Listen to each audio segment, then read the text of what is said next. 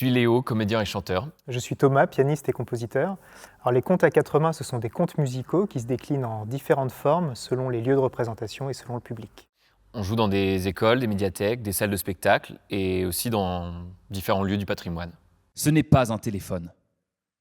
Mais si, c'est un téléphone. C'est maman qui me l'a dit. C'est Jacqueline qui me l'a dit. Ta maman et Jacqueline se trompent.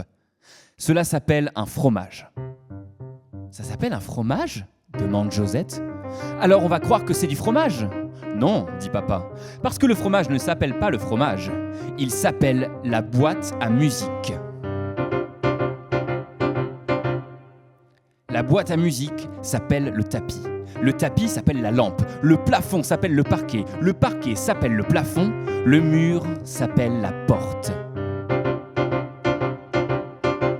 On a plusieurs cycles thématiques à notre répertoire. Les contes de Ionesco, les fables de La Fontaine, les contes de Noël, les métamorphoses d'Ovide et les contes fantastiques. Et c'est un répertoire qui évolue au fil des années et on y a même rajouté un cycle surprise récemment avec des dés à histoire qu'on lance et qui nous permet de créer une histoire en interaction avec le public. Maître Corbeau sur un arbre perché tenait en son bec un fromage.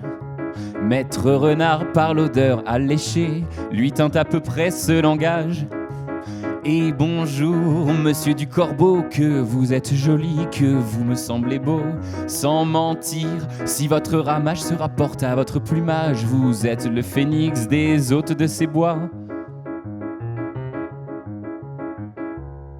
À la mi-temps du spectacle, on propose un échange avec les spectateurs pour leur faire découvrir les secrets de fabrication d'un conte musical. Qu'est-ce qu'un thème ? Comment représenter des caractères, des personnages, des émotions avec la musique ?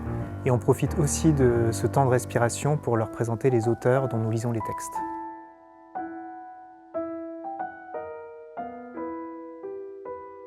La petite fille prit une troisième allumette pour prolonger la magie. Cette fois-ci, elle était près d'un arbre de Noël, richement décoré et illuminé de 1000 bougies. Sur ses branches pendaient de ravissants petits jouets colorés et des friandises de toutes sortes, tant de merveilles sur un sapin. Mais, quand elle tendit la main pour en saisir une, juste une petite, la moins belle de toutes, la flamme s'éteignit.